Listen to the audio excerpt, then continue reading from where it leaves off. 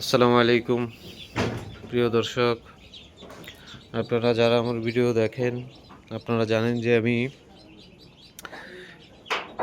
137টা খাকি Campbell এবং 4টা চীনা হাঁস ছিল আমার।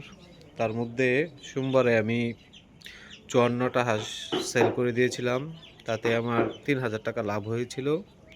আর আজকে শুক্রবার বাকি 87টা হাঁস আমি সেল করে দিয়েছি। সেল করে দিয়ে আমি 200 বাচ্চা তুলেছিলাম, তাও আপনারা জানেন গত সোমবারে। এগুলো হচ্ছে এখানে।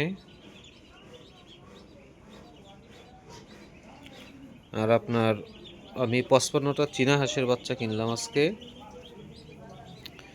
এই যে দেখছেন বাচ্চাগুলো,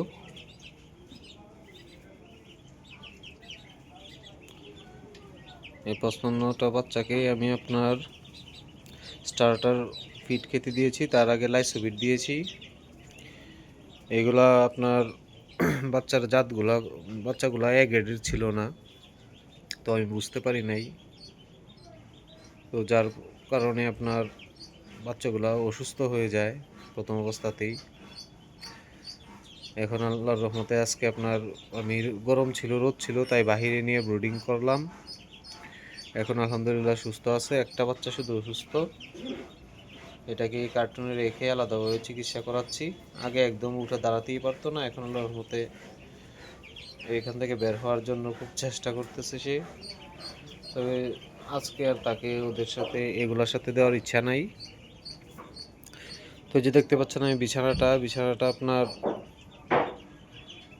কাঠের গুঁড়ো আর নিচে বালু দিয়ে তৈরি করে দিলাম এদের জন্য। আর এদের জন্য বন বা খের দিয়ে, যেহেতু 50টা বাচ্চা অল্পই দিয়েছি, ওই জায়গায় ওরা থাকতেছে। কালকে আবার ওদের জন্য সুন্দর করে তৈরি করবো, আজকে সময় পাই নাই। তবে আজকে যে বিছানাটা আছে এটা ওদের জন্য যথেষ্ট পারফেক্ট। আর আমি খাবারগুলো সাধারণত পাত্রেই দিচ্ছি, কারণ নিচে খাবার দিলে খাবার ওয়েস্টও হয়, প্লাস হচ্ছে আপনার বস্তায় বা অন্য কিছুতে দিলে খাবার ওয়েস্ট হয়ে লেগে পড়ে এর সাথে।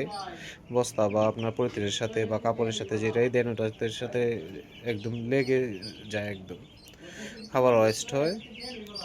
এই জন্য আপনার এই পাত্রে দিচ্ছি। আর ওদেরকেও আপনার লাইসোবিট দিয়েছিলাম, অক্সিসিলিন দিয়েছিলাম নাভি শুকানোর জন্য। তারপর যেহেতু একটু দেখলাম যে ঠান্ডা সর্দি লেগে যায় সবগুলার, এই জন্য আপনার ডক্সিবেট দিই। তারপর আজকে রেনাসি দিয়েছি, প্লাস আবার লাইসোবিট দিয়েছি, রাত্রে আবার অ্যান্টিবায়োটিক দিব। তো এখন এরা আল্লাহর মতো সুস্থ, খাওয়া দাওয়া করে এখন সবাই রেস্ট নিচ্ছে। চীনা হাঁসের বাচ্চা কিনলাম 55টা।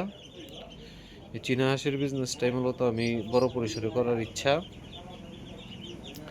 প্লাস পাশাপাশি খাকি ক্যাম্বেলও করার ইচ্ছা আছে। তো দেখা যাক, আপনারা যারা আমার সাথে আছেন সব সময় আপডেটগুলো পাবেন। আর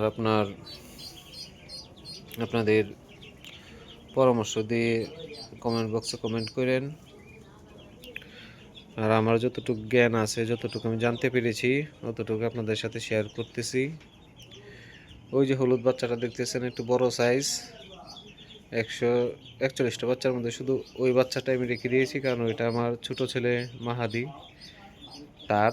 সে এখন এটা বিক্রি করবে না। বলছিলাম কুরবানির ঈদের সময় এটাকে কুরবানি দিব, এতেও সে রাজি না। সে ওই টাইমে বড় হলে তারপর বিক্রি করবে। এই যে হলুদ বাচ্চাটা, এই যে।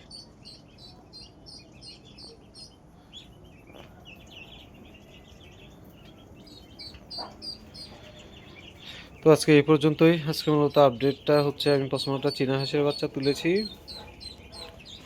এই আপডেটে দেওয়ার ছিল। আর এই যে বাচ্চাটা দেখেন অনেকটাই সুস্থ হয়ে গেছে, সে এখন এটা থেকে লাফ দিয়ে বের হয়ে যাওয়ার জন্য চেষ্টা করতেছে।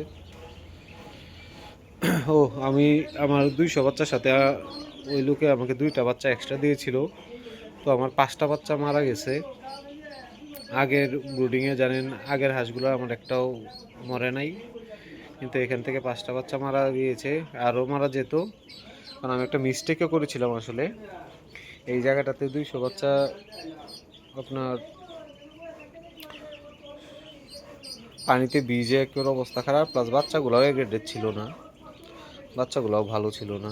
তারপরও একটা গুমোট একটা পরিস্থিতির কারণে মূলত বাচ্চাগুলা অবস্থা খারাপ হয়ে গেছিলো। কারণ আজকে তাদেরকে বের করার পরে এখন তারা ইনশাল্লাহ অনেকটাই রিকভার করে ফেলেছে। আর বাচ্চাগুলো যদি এক গ্রেডের হইতো তাহলে আরও গ্রোথ হয়ে যেত, গ্রোথটাও কম হয়েছে ওদের অসুস্থতার কারণে। ইনশাল্লাহ এখন ধীরে ধীরে আপনার গ্রোথ আগের মতো গ্রোথ এসে যাবে। এইগুলো বাচ্চাগুলো আমি হয়তো 15-20 দিন পালন করে তারপর সেল করে দেব। এরপর আপনার ভালো হ্যাচারিতে গিয়ে যেখানে হারিকেন দিয়ে বাচ্চা ফোটানো হয় ওখান থেকে কিছু বাচ্চা এনে ওইগুলো আমি ডিম পর্যন্ত নেওয়ার ইচ্ছা আছে। তো আজকে এই পর্যন্তই আপডেট, কালকে ইনশাল্লাহ আবার আপডেট দেব। তো যারা চ্যানেলটি সাবস্ক্রাইব করেন নাই চ্যানেলটিকে সাবস্ক্রাইব করেন, পাশে থাকেন। সবার জন্য দোয়া ভালোবাসা ও শুভকামনা রইল। আসসালামু আলাইকুম রহমতুল্লাহ।